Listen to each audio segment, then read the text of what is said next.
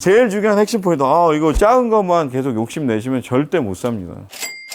아직 철거 전인 이주를 현재 시작하고 있는 장이 6구역 현장에 왔습니다. 장이 6구역은 석계역과 돌고지역 사이에 있는 곳으로 현재 석계역 1호선, 6호선 더블 역세권이고 가운데 역세권까지 도보로 제일 먼 단지 입구 쪽 기준으로 한다 그래도 15분 이내, 가까운 쪽 같은 경우는 10분, 7, 8분, 빠르면 7, 8분이겠죠. 이내이기 때문에 아마 가운데 역세권에 여러분들이 알고 있는 GTX-C가 들어온다면 언제 들어올지는 사실 모르겠지만 제가 봤을 때는 빨리 들어오면 한 10년, 11년, 길게 들어오면 한 15년 내에 들어온다고 가정을 했을 때 들어오긴 들어오겠죠. 당연히 그게 의정부까지 다 연결이 되는 건데 앞에 있는 건물이 무허가 건물이라고 여러분들이 뚜껑. 일반 뚜껑 매물이라고 하시는 매물이 뚜껑처럼 생긴 게 아니고 지금 보시는 것처럼 거의 폐가 수준입니다. 그냥 뻥 치면 쓰러질 것 같은데. 지금 위에도 약간 지금 영상이 잡히는지 모르겠지만 약간 기울어져 있고 지금 네. 여기 나무 석갈에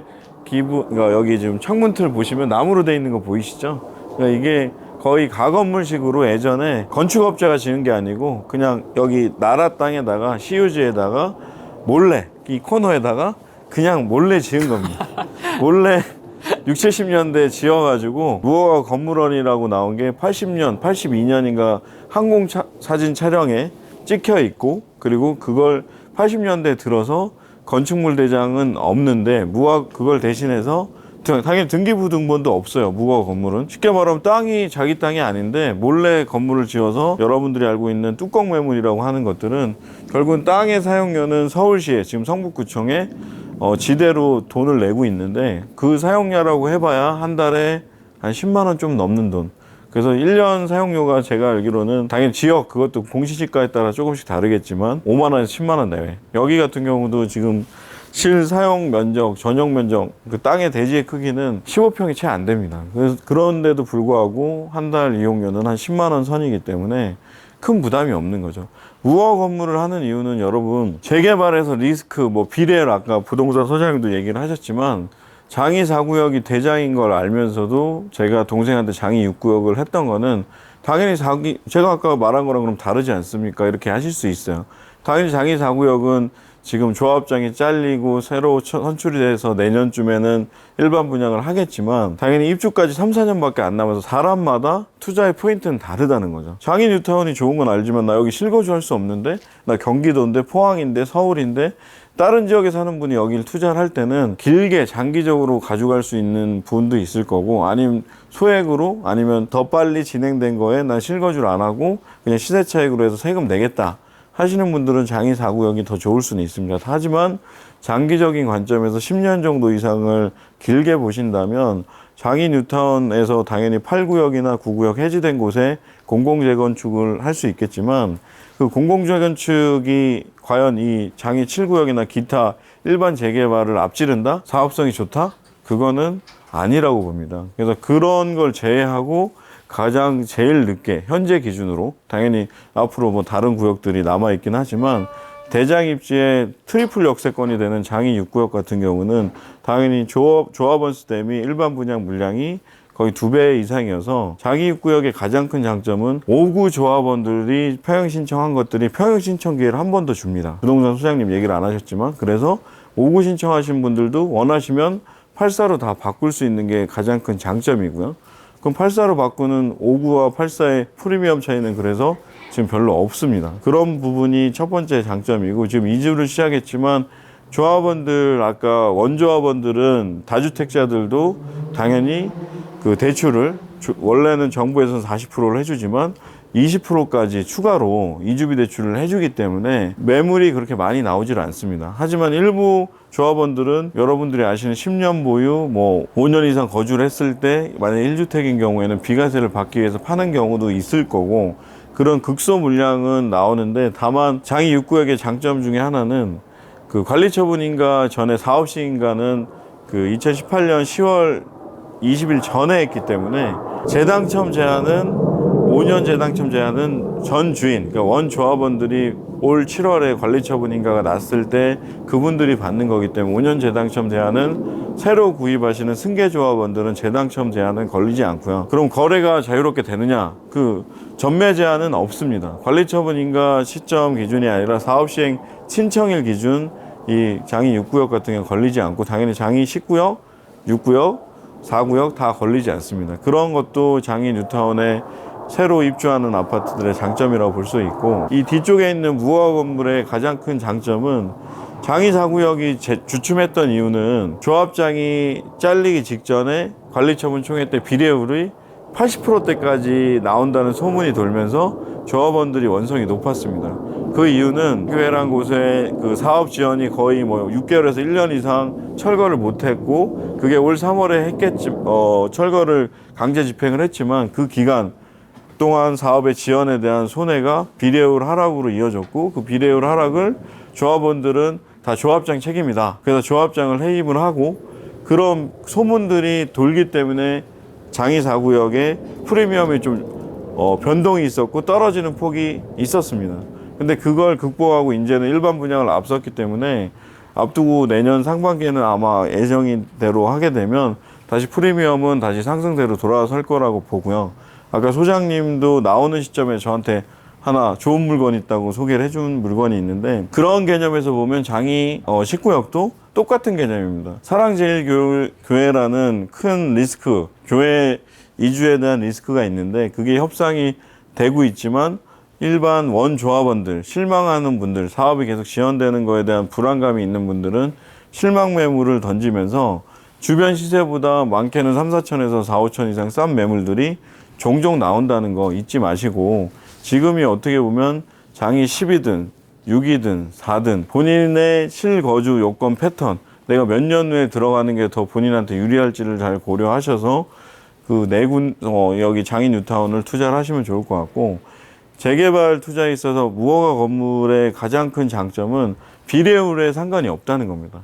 지금 앞에 보이시는 이 건물은 장인 뉴타운의 비례율이 관리처분인가시 요번에 통과된 게 100.03%. 거의 서울의 대부분의 재개발 구역들은 100%에서 플러스 마이너스 뭐 5% 내에 105%를 넘지 않거나 98%, 90% 거의 100에 수렴하게 되고, 입주 시에도 만약 일반 분양가가 많이 올라간다고 해도 실제 그걸 조합원들한테 다시 돈으로 돌려주는 경우는 없고, 그게 비례율 상승하는 만큼의 법인세를 내야 하기 때문에 결국은 특하다 뭐다 뭐 옵션이 더 좋아지고 하는 것들 때문에 비례율은 그렇게 많이 올라가지는 않습니다. 다만 장인 뉴타운에서 독보적으로 비례율이 높게 책정이 된 곳 중에 하나가 장인 7구역 꿈의 숲 아이바크, 아까 보셨던 13억 찍었던 부분이 있는데요. 그건 아까 부동산 소장님도 잠깐 언급을 하셨지만 실거래가가 9월 달에 13억을 찍었고, 주변 단지 장이 퍼스타이 5단지나 장이 1구역이었던 장이 포레 같은 경우에 지금 11억 정도의 실거래가가 찍혔고, 호가만 12억 13억인데 13억이 찍힌 이유는 딱 하나 있습니다. 왜냐하면 그 물건은 아직 입주 전이기 때문에 분양권 상태에서 전매 거래가 되는 게 아니라 실거래 찍힌 물건은 입주권입니다. 입주권은 당연히 비례율이 1억에 내가 조합원 감정가를 가지고 있는데 135%의 지금 장애 7구역은 비례율을 조합원들과 약속을 했습니다. 변경 인가를 통해서. 그게 그대로 만약 지켜진다고 하면 1억 원의 가치가 3천만 원 이상이 되고, 만약에 3억짜리 내가 감정가에 있는 물건을 기존의 조합원이 뭐 장애 7구역에 가지고 있었다면 거의 1억 정도를 플러스가 되기 때문에 그런 걸 반영한 물건이 아닐까 예측이 됩니다. 지금 그게 한번 그게 입주권이든 분양권이든 최고가를 찍게 되면 여러분들이 아시는 것처럼 그 최고가를 기준으로 모든 가격들이 비교를 해서 새로 파시는 분들은 나 그럼 13억이니까 내게 층이 좀 낮아도 12억 7, 8천원 받아야 돼. 20층보다 더 좋은 걸 가지고 있는 분들은 13억보다 난 그럼 13억 5천. 호가가 올라가면 호가가 결국은 실거래가가 되는 게 현장 분위기인 거는 여러분들이 요즘 다 잘 아실 거고, 그런 것들이 결국은 아까 말씀드린 연동된 주변에 있는 미아 센터피스나 그런 것들과 같이 점점 좀 시너지 효과로 가격은 상승이 예상이 됩니다. 반면 비례율이 상관이 없는 뚜껑 매물은 감정가 금액이 1,000만 원입니다. 그래서 만약에 비례율이 지금 현재 100인데 이게 뭐 90%로 떨어지든 80%로 만약에 떨어진다고 가정을 한다고 치면 1,000만 원에 20% 떨어지면 여러분 얼마를 더 내면 되나요? 200만 원 더 내면 됩니다. 감정가 기준으로 그거의 비례율은 연동을 하기 때문에 비례율이 높을수록 감정가 큰 사람이 유리한 것 마냥 비례율이 낮아지면 낮아질수록 감정가 큰 사람이 불리해지는 겁니다. 서로 어떻게 보면은 사인 코사인과 같이 비례를 한다는 거죠. 그만큼 하이 리스크 하이 리턴이라고 하는 부분에 이 항공기가 방해를 하는데요. 여기에 뭐 기본적으로 여기가 항공기가 지나다니는 게 아니고 무슨 훈련을 지금 하고 있는 것 같은데, 결국은 비례율이 높을수록 감정가 큰 사람이 유리하지만 반대급부로 비례율이 떨어질수록 감정가 큰 사람이 불리할 수 있다는 거. 그래서 무조건 감정가 큰 게 좋은 것도 아니고 나쁜 것도 아니지만 결국은 그런 리스크에 그냥 자유로울 수 있는 것들은 여러분들한테 뭐 제가 설명드린 무허가 건물은 뭐 등기부등본은 없지만 여기 정한 연식도 없어요. 무허가 건물원에 등재된 80년부터 있었음, 무허가 건물원인 게 있다면 그냥 추측을 하는 겁니다. 아, 그냥 한 뭐 37, 8년, 40년 가까이 됐겠구나. 그런 걸로 가정해서 얘를 그냥 건축물에 위에는 이렇게 나무 목조로 돼 있고 이렇기 때문에 거의 대부분 뭐 심한 경우에는 무허가 건물 같은 게 평수가 더 작게 되면 뭐 500만 원, 400만 원 그 감정평가를 받았을 때 1000만 원을 넘지 않는 물건들도 나올 수가 있고 1000만 원을 좀 넘어도 2000만 원을 넘지 않는 그런 물건들이 거의 무허가 건물 대다수 뚜껑 매물이라는 것들인데, 사실 이런 물건은 투자를 처음 해보신 분들은 무서워서 못할 겁니다. 그렇죠. 근데 무허가 건물 뚜껑 매물을 투자할 포인트는 적어도 제가 보기에는 사업 시행 이전인 것들은 사실 리스크가 너무 많다고 생각을 하고요. 적어도 사업 시행인가에서 이주를 시작하려고 하는 그런 조합이면 투자를 할 수 있는데, 여기 장이 6구역 같은 경우 현재는 이주를 시작하고 있고 관리 처분이 나서 이제 이주의 철거까지를 생각하고 있는데, 여기가 뭐 장이 6구역의 장점은 교외가 없습니다. 아까 여러분들이 계속 보셨던 장이 10구역, 장이 4구역도 교외 때문에 최소 6개월에서 1년 이상 그 딜레이가 되면서 조합장은 또 무슨 제가 욕을 처먹으면서 결국은 조합장도 해임되고, 장이 4구역 같은 경우는 비례율을 떨어뜨렸다는 일 안 했다 이거죠. 하지만 그건 조합장만의 잘못은 아닌데, 장이 4구역의 교회는 결국은 명도소송을 해서 내보냈다면 자르고 새로운 조합장을 한들, 지금 어떻게 보면 조합장들도 뭐 할 말은 있으시겠지만 조합의 재개발 사업은 조합장과 시너지 효과를 내는 건 사실 쉽지는 않습니다. 그래서 조합원들 불만은 충분히 이해하지만 빠른 진행을 위해서 어느 정도는 그런 부분을 감안을 해야 되는데, 장이 4구역 같은 경우는 그걸 한번 열받아서 잘랐고 또 다시 시작하려는 시점인 걸로 제가 알고 있는데, 잘 빨리 진행돼서 장이 4구역도 똑같이 6구역, 10구역과 같이 대장 지역으로서의 가격 가치를 제대로 평가받는다면, 제가 보기엔 뭐 장이 7구역이 지금 13억을 찍었기 때문에 장이 4구역 같은 경우는 4년 정도 이상이 남았다고 치면 최소 15억, 16억은 최소 가지 않을까. 부동산에서 얘기한 것처럼 프리미엄이 5억 8천에서 6억 정도 되고 조합원 분양가가 84 기준으로 4억 3천 정도 된다고 치면 그걸 다 더했을 때도 11억이 채 되지 않는 겁니다. 일부 금매들은 10억 중반대 이하 물건이 만약에 나오거나 10억 초반대 물건이 금매로 정말 나왔다. 그러면 한번 투자해 볼 만한 가치가 적어도 안전마진이라고 하죠. 그런 안전마진이 서울 지역 같은 경우는 최소 뭐 2, 3억 이상은 나는 구역은 당연히 실투금은 커지겠지만 그 가치가 충분히 있지 않을까. 무허가의 또 하나의 장점은 감정평가 금액이 작기 때문에 이주를 했을 때 이주비 대출을 굳이 안 받으셔도 되고요. 그리고 감정평가 금액에 대비해서 프리미엄은 일반 감정평가 2, 3억짜리보다는 최소 5천만 원에서 많게는 1억 가까이도 프리미엄이 나중에는 더 많이 받을 수 있습니다. 철거를 했을 때는 더더욱 그렇겠죠. 지금 철거 이전에도 지금 현재 장이 뉴타운에도 그 5천만 원 이상 차이가 나고, 프리미엄이 일반 감정가 뭐 2, 3억짜리 주택들이, 단독주택이나 빌라들이 5억 8천에 6억을 한다면 무허가 뚜껑 매물은 정말 그 금매로 나온다고 해도 6억 4, 5천, 6억 5천. 적어도 시세보다는 4, 5천 이상은 비싼 게 현실이기 때문에, 대신 그렇게 4, 5천 주고 사도 실투자 금액이 감정가 3, 4억짜리에서 프리미엄 주고 뭐 하다 보면 8, 9억이 넘고 10억이 넘습니다. 그러면 여러분 아시겠지만 이젠 취득세도 많이 비싸잖아요. 그런 면에서 무허가는 실투자금은 적고 대신 취득세는 4.6%를 아직 철거 전이기 때문에 내야 됩니다. 그래도 매매가가 싸기 때문에 뭐 9억짜리 10억짜리 사서 3% 취득세 내나 별 차이는 없다는 거. 그런 여러 가지 장점이 있는 물건 무허가를 뚜껑 매물을 한번 잘 비교를 해보시고 투자를 해보는 것도 좋은 기회라고 생각합니다. 이 그래서 물건은 어떻게 만나셨어요? 장인 뉴타운뿐만 아니라 제가 재개발 투자 경험은 그렇게 많지는 않지만 한 3년 전부터 어떤 지역의 재개발 구역을 가면 저는 항상 방문 전에 지역 분석을 하고 그 지역의 블로그에 잘 꾸준히 재개발 물건을 올리는 블로그들을 최소 10개 이상을 찾고요. 그 블로그들에 찾은 이후에 내가 정말 살 거면 방문을 할 때는 저는 무작위로 방문을 하고요. 그 무작위 방문한 지역 중에 코드가 맞거나 계속 꾸준한 물건이 올라오는 지역에 꾸준히 연락을 합니다. 그렇게 하다 보면 당연히 여기 아까 갔던 믿음 부동산 같은 경우도 예전부터 이웃을 해놓던 지역에 물건을 내가 정말 필요할 때 원하는 스펙을 얘기를 해줬기 때문에 그거보다 더 좋은 물건을 제일 먼저 받을 수 있었던 타이밍이었던 거죠. 내가 정말 사고 싶은 지역이라면 그런 부동산 소장님들이 문자만 오는 것도 꾸준히 계속 관리하면 시세가 이렇게 되는구나. 그렇게 공부를 할 수도 있고요. 정말 내가 사고 싶은 지역에 물건이 있다면 꾸준히 연락하면서 지역에 급매가 나왔을 때 제일 0순위로 1순위보단 0순위로 전화 주세요. 이 멘트 한번 정말 중요합니다. 사장님, 전 0순위예요. 제가 원하는 금액은 요 금액이에요. 만약에 내가 실투자금이 5억이 있는데 돈은 5억 5천짜리 6억짜리 밖에 없다. 그럼 포기하지 마십시오. 그런 물건이 나올 수 있다니까요. 5억에 맞는 물건이.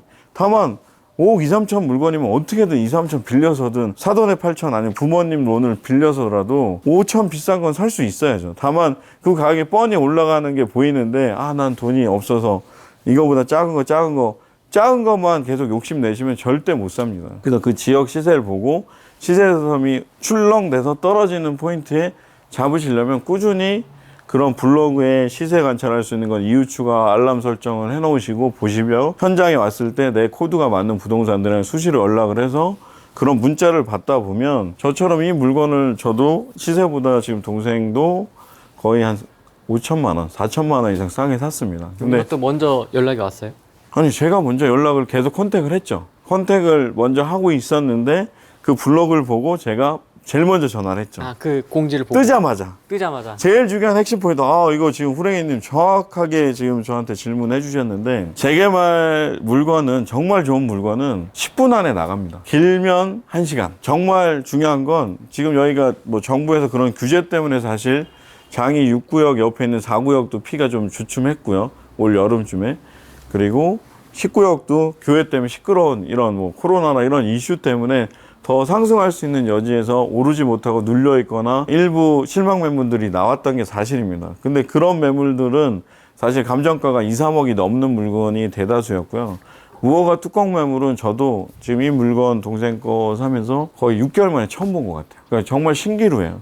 근데 그걸 잡을 수 있었던 건 동생이 사고자 하는 생각을 어느 정도 제가 계속 푸시를 했고 너 요번에 안 사면 죽어도 못 산다고 지금 방강제처럼 그렇게 얘기를 했고 그런 타이밍에 동생도 계속 알아보다가 일반 감정가 있는 물건을 사려고 했더니 실투자금이 7억이 넘고 그런 와중에 감정가도 거의 없는 무허가 건물을 만나게 되면 실투 금액을 1억 이상 줄이고 프리미엄은 더 싸게 그런 물건을 만날 수 있지만 그거는 여러분들이 노력하기 따름입니다. 사실 뭐 저라고 그런 물건만은 잡는 건 아니지만 그런 노력이 다른 분보다 좀 더 어떻게 보면 디테일했고 그런 것들을 남이 시켜서 한 게 아니라 블로그에 이웃 추가 알람 설정을 해서 그냥 너무 많은 정보를 받아보면서 흘리는 게 아니라 정말 괜찮으면 전화를 먼저 적극적으로 했다는 거.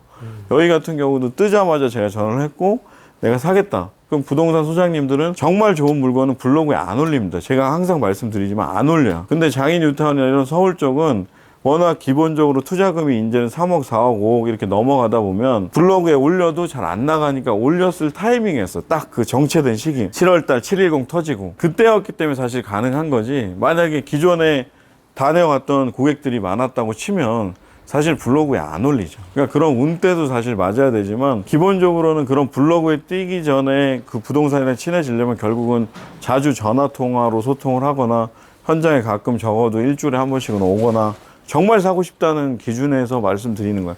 돈도 준비돼 있고.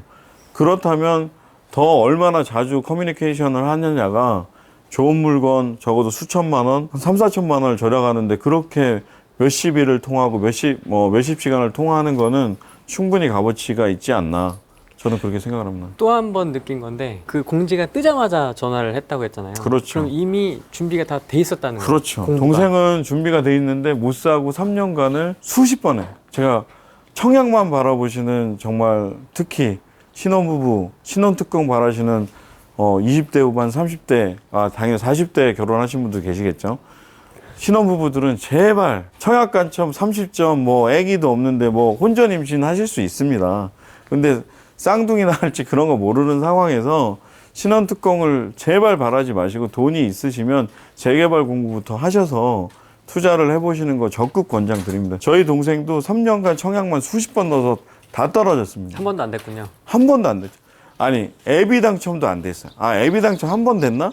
애비 당첨이 한 번 되면 뭐야 100번대가 넘는데. 근데 서울 경기권에 애비 당첨이 정말 되시려면 정말 핫한 지역 같은 경우는 애비 당첨이 1, 20번대에도 안 되는 경우가 허다해요. 과천의 지정차도 마찬가지만 누가 봐도 시세는 지금 20억인데 분양가 10억대 한다 그러면 영끌에서라도 청약 당첨되면 분명히 할 거예요. 다시 한번 말씀드리지만 그렇게 수십 번 떨어져서 청약 한 1년에 한 4, 5개씩 10개씩 떨어져 보신다고 느끼는 거는 안 되는구나입니다. 제 동생도 똑같았거든요. 어느 순간 그렇게 10번, 20번 넣다 보면 청약의 공부가 다 돼요. 그럼 여러분들 아시는 것처럼 가점순으로 자른다. 그리고 예비 당첨자도 가점순으로 자르는 순간 동생이 저한테 하는 말, 형이 예비 당첨도 이제 안 되겠네. 그런 말을 했습니다. 이유는 예비 당첨도 가점 높은 순으로 자르다 보면 결국은 신혼부부 애기 한 명 있는 집 그런 사람 가점 30대 후반 40대 돼봐야 40점 초반대입니다. 그런데 서울 경기권의 괜찮은 지역들은 경쟁률